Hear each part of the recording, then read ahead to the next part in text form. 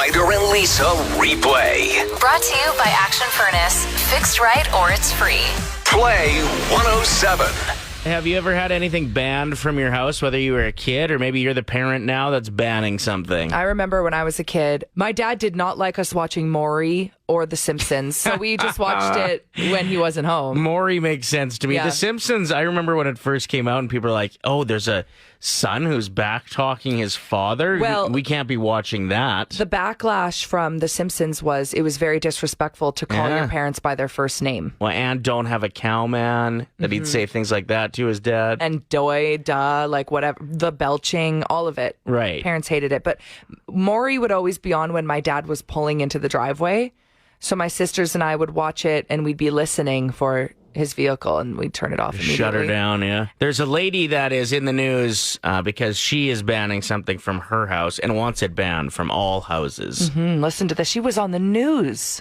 A worst case scenario is that you unleash hell on your kids. Jamie Gooch is a mother of 3. This time of year, fall harvest is heavily celebrated in their household, but Halloween is not. It grieves me, the thought of exposing our kids to darkness. Gooch says there's a spiritual war being waged against homes in America, and Hollywood is part of the problem, and right now, one film in particular. The whole movie is based on witches harvesting children for blood sacrifices. In a recent Facebook post, I was a little bit scared when I hit post because I was afraid of the reaction that I would get. Gooch advises moms against letting their kids watch Hocus Pocus 2. Everybody thinks it's fake and innocent, but they could be casting any type of spell that they want to. Anything could be coming through that TV screen into your home. This sounds like an episode of Glorious Gemstones. I don't know if you've seen that, but it almost sounds like Satire. a Like satire from The take Onion. on religion. I remember there was a kid in school that was telling us, this was in elementary, that said that there was no potpourri allowed in their home because if it accidentally caught on fire, it could summon a demon. Potpourri was very popular in the 90s. Like every house had it. Sorry, what was? Potpourri. Okay. Because there's poopery as well. Oh, am I saying it wrong? Yeah, you were saying poopery, and that's the stuff you put in the bathroom when you spray in the toilet before you take a dump. And then right. It helps Sorry. with the smell. I meant to say potpourri. Potpourri, yeah. There we go. That's better. Okay, so hit us up. What's something that was banned in your household? Maybe a friend's house. Maybe right now with your kids. Like Murray hit us up and said slime.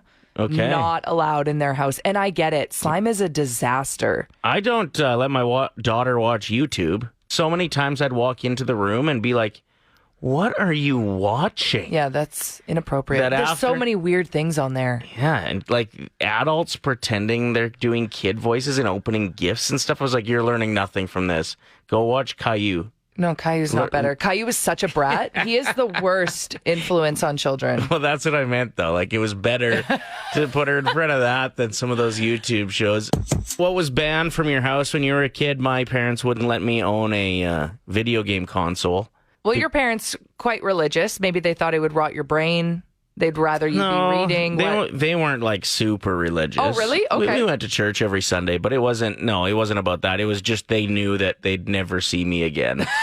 It's so true. You would be addicted. Yeah, I absolutely would have been, yeah. So I'm actually kind of thankful for that. I look back at my childhood, and there's a lot of forts built and quads jumped and snowmen built. You know what I mean? Lots of core memories there. Well, you do have an addictive personality, which I think I do admire you because you've said you would never try hard drugs because you just know yourself and you'd be like, oh, I'd love it. It's true. Whereas I don't have an addictive personality. So that's why you've done them all. I've done everything. Just kidding. No, I haven't. Absolutely not. I passed DARE with flying colors. Yeah, girl. So hit us up with something that was banned from your household. This after a woman was trying to warn other parents. So she went on the news and said, do not allow your children to watch Hocus Pocus 2 because it could bring some evil spirits into your home or life. Sure. What was banned from your house? When I was a kid, my mom used to work at a convenience store, and she had got robbed at gunpoint. So toy guns and ski masks were not a thing allowed in our house. You know, that's a valid thing to ban from your house, especially if you have trauma attached to it. But what if you were to go skiing? Well, we had to wear a toque and a scarf. So. Okay. You poor thing. Murray had to sacrifice his poor nose in the cold Alberta winters. Yep. All because of some turd that was trying to steal some beef jerky. Yeah, and didn't even get anything. Thank you for the call. We appreciate it. Ricky's text made me laugh because I'm just visualizing every child watching pro wrestling. It was banned from Ricky's house, and we all know why. Yeah. They watched it once and turned their basement into a wrestling ring. Yeah, you get through the first match, and all of a sudden you're just wrestling with your buddy. You got bleeding noses everywhere, holes in the walls. Like, I'm convinced whenever my girlfriends give birth to boys, I say, good luck. Say goodbye to your walls. Yeah. Like, you don't... There's going to be holes everywhere. Yeah, don't worry about that drywall in the basement for 14 years. Just leave it as cement. It's so true. 780-784-7107. What was banned or is banned from your house? Crystal, what do you got? Glitter, 100%. Don't you think, like, as someone with the name Crystal, you would appreciate things that are shimmery and shiny? Yeah. You know, that's a great point. But when my kids get it, like, through every nook and cranny of my house, no.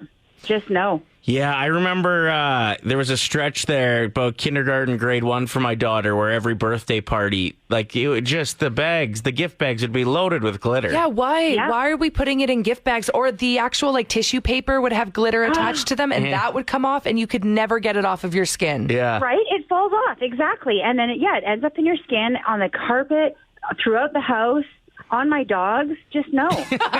No, there's enough. Crystal, that's enough glitter in my house. That's enough shine in my house. Exactly. You are the shine. That's right. Play. I cannot believe what's happening right now. I know. I knew it was going to happen, though. No, That's this why. is absolute trash. I knew it would trigger you, and I knew the listeners would step up and agree with me. Stovetop stuffing is better than anyone's homemade recipe. Even grandma's. Even grandma's. Maybe your grandma's a terrible cook. That is so I rude. can't believe I just said that. You keep Joan's name out of your mouth. Ow. Okay, so I knew it. And it's cheap. This is stupid. How much is a box of Stovetop? $1.50? I actually think I got an ulcer. This is angering me so much. We got a text saying, Lisa, you need to try Stovetop with apples. It's heaven. It's the best. Toss out grandma's recipe. No, are people actually saying this? Yeah. I don't know if they're being funny and just trying to get under your skin because they know that you're fired up, or if they genuinely agree with me. But either way, I'm thrilled about it. I wish with everything in my heart that my Grandma Mary was around to prove you very, very wrong. I love Susie's text. I'd agree, except mine. Okay. So Susie's is better than Stovetop. It's too wet because it's actually coming out of the turkey, right? Well, then, It's but gross. then you broil it right before you serve it. So Scott, first-time texter, just wrote in saying, very passionately, I am so tired of acting like I enjoy everyone's homemade stuffing. I get ecstatic whenever someone says they didn't have time and they pull out that delicious Stovetop box. I'm so mad. You are we got to give it to him. The listener of the week. No, I'm not giving him that for that trash take. Yeah, I don't know where the hell these cavemen are crawling out of, but Stovetop is garbage. Stovetop is terrible. I also grew up on a farm eating, mom and grandma's stuffing, and if I'm not getting some soft bread out of a chicken's butt under the broiler before dinner, it's over. I'm leaving. Yeah, I don't know what she's up to. Like, do you just enjoy somebody putting hot water in a box of croutons, Lisa, or what? Yeah, that's It's pretty good. much what it is. No wetness. Give me a dry. Jessie, my wife, she makes hamburger stuffing. She puts meat in the stuffing because, if all you're having is stuffing, at least you get some meat. I think it's terrible. I don't enjoy it, but I still enjoy it more than Stovetop. It is like a box of croutons with hot water in it. Yeah. Which is I don't delicious. like croutons. I don't like mixing them. Well, thank you for the passionate take. We appreciate it. Sorry, I was just a little bit worked up there. Hey, no offense taken. We love it. All right, thanks, guys. Love the show. What's going on, man? So I'm all for the stovetop stuffing. Yes. I make Thanksgiving dinner, Christmas dinner. I make the turkey, 8-course meal. I don't got time to make breadcrumbs, but you need to add to it. It can't just be stovetop and water. Okay, what are we adding to it to make it? You're going to add two sausage meats, the ones that come in the tubes, not little sausages, just the sausage and meat. Then you're going to add celery, green onion, red onion, and bake it like a loaf of bread. it will come out like a meatloaf. And I'm telling you, I go to parties. My friend will be making turkey, and they'll be asking me to bring the stuffing. Really? See, I'm all for like pizzazzing up something like a stovetop stuffing. Well, yeah, when you're making a big dinner, you don't have time to make breadcrumbs and do. Well, maybe you do, but I don't. I work full time, and the stovetop, you just got to add to it. If you have any leftovers, we'll be here Tuesday morning doing the show. There won't be leftovers. I'll bring you a whole meatloaf pan. Yes. What's your name? Daniel. Thanks, man. Appreciate the call. Have a great day and happy Thanksgiving. You as too. well. We are joined by Wes, who is caller 7 and is ready to kick off Thanksgiving weekend with a G. Whoa, imagine. Good morning, Wes. Hello there. All right, so here's how the game works. You're going to pick either Lisa or myself as your teammate. They'll leave the room. The other will give you 5 words. You tell us the first word that comes to mind for each. We'll invite your teammate back in. They'll get the same 5 words. For everyone that hits, it's $25. If you get all 5, it's $1,000. Nice. Oh, yeah. Okay, who's your teammate today, Wes? Ryder, you're the man. Yep, get out of here. We're just going to wait for the door to close so he can't hear us anymore. All right, Wes, what is the first word that comes to your mind when I say twin?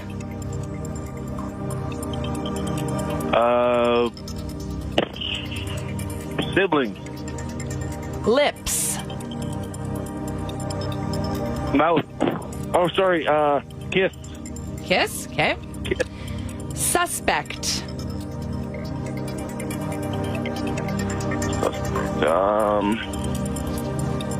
Suspect. Oh, that's a tough one. Criminal. That's a good answer. Dance. Dance, did you say? Yeah, dance with a D. Music. And the last word, Wes, what comes to your mind when I say jump? Jump.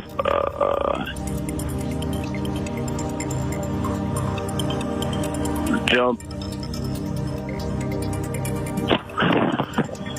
I don't know. This one's tough, I know. Jump.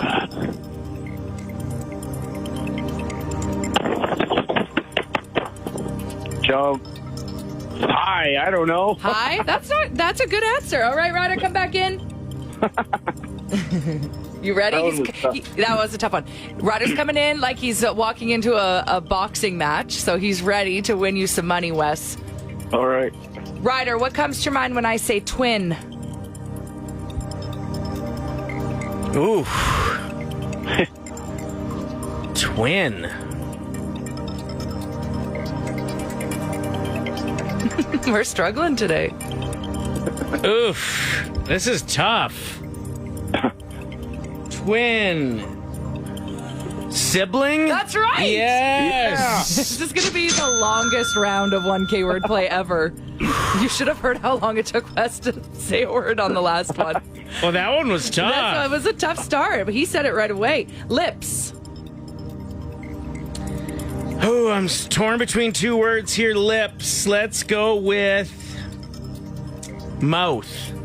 It was a kiss. It was. Did you not? I feel like he started with mouth and switched it to kiss. Oh. Damn. That's okay. We're not winning a grand today, but we can win up to $100. What comes to your mind when I say suspect? Crime? Criminal. We'll count it. Oh, nice. Nice. That was very forgiving of you. Was it? Yeah, but that's okay. It's Friday. $50. Dance. Dance. Let's go with dance. Grind? No, music. Oh. Okay. Sorry, Wes. Okay, so Wes has $50 in his pocket. Maybe we can make it 75. This was one that Wes struggled with. Okay. Jump. Oh, man. Jump. Yeah, that's tough. I know. Jump. Let's go with hop. No, he said hi. I was thinking like air or exercise. That jump was hard. Yeah, I didn't realize how hard it was. The first word I thought of was rope. Just jump rope. That would be a good one. Around, jump around. I don't know. Anyway, congratulations, Wes. You got $50 to kick off your long weekend. Enjoy it and happy Thanksgiving. You too. Thanks, guys. Thanks, Yeah, Wes. cheers, man. Next chance to play Tuesday morning at 7:50. They came out with the top 100 karaoke songs of all time.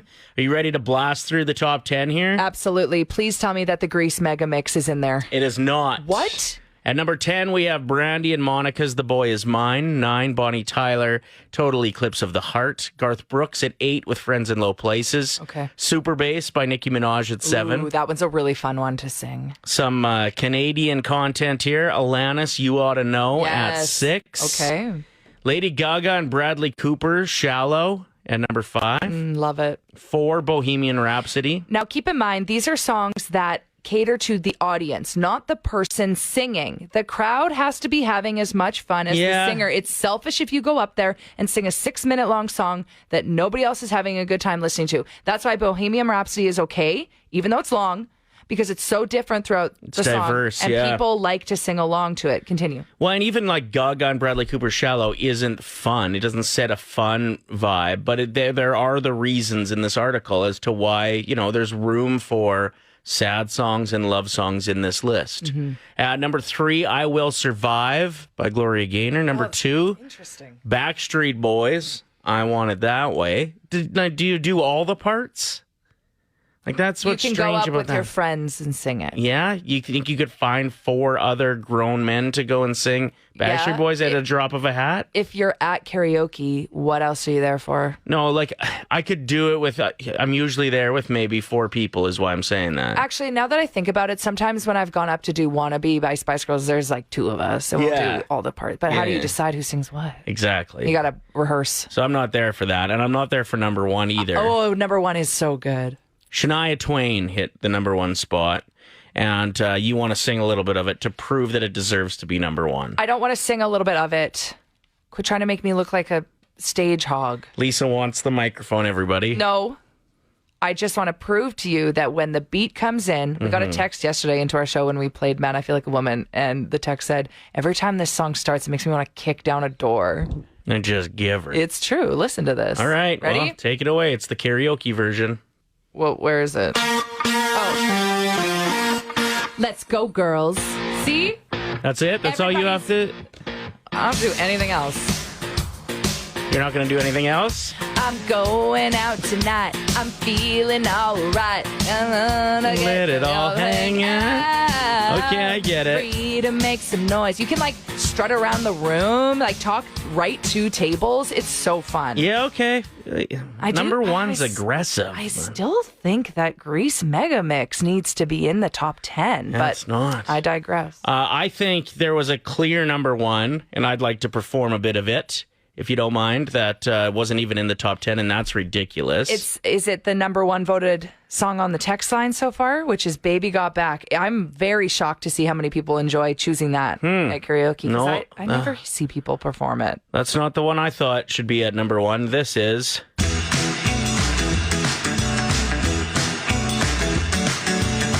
If you don't mind, I'll perform a bit of it. Okay.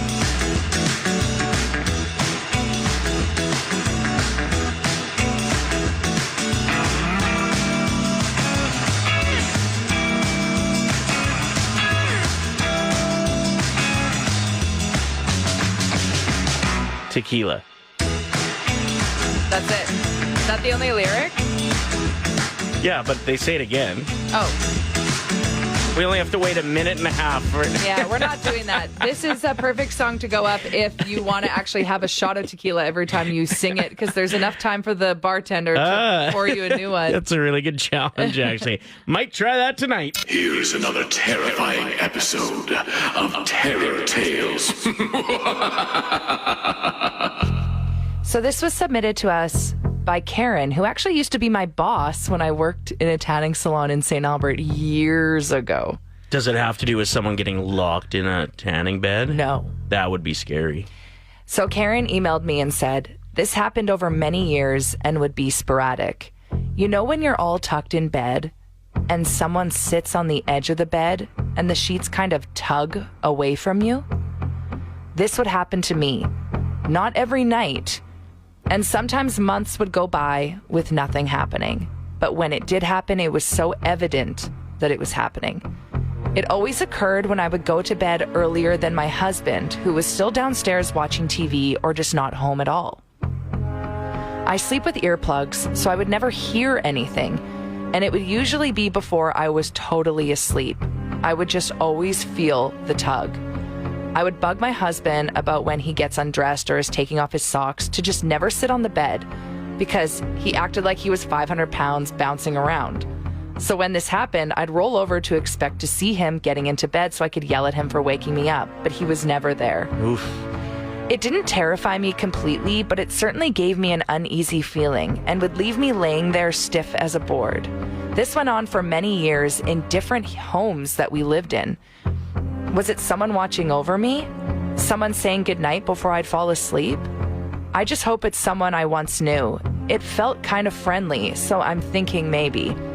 It hasn't happened in about 2 years, but I think of it often. But it could also be because of our new bed.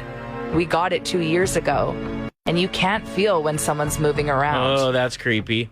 So I just like to think that they might still be there, Yeah. and they aren't some random creepy ghost.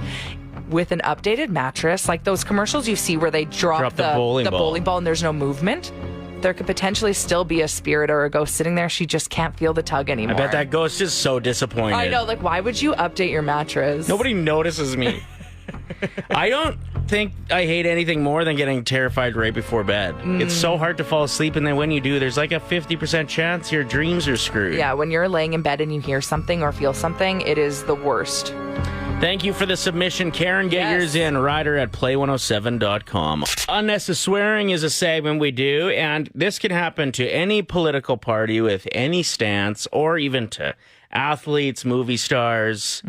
Sometimes I feel like speeches could just have a lot more pizzazz and sparkle if there was swear words added into it. Well, you said there was a study done out of the U of A that if you have a swear word bleeped out in your advertisement, it gets more people's attention. 100%. So here is Danielle Smith talking about her big win as UCP leader last night to replace Kenny. This is her speech to Alberta and to Canada.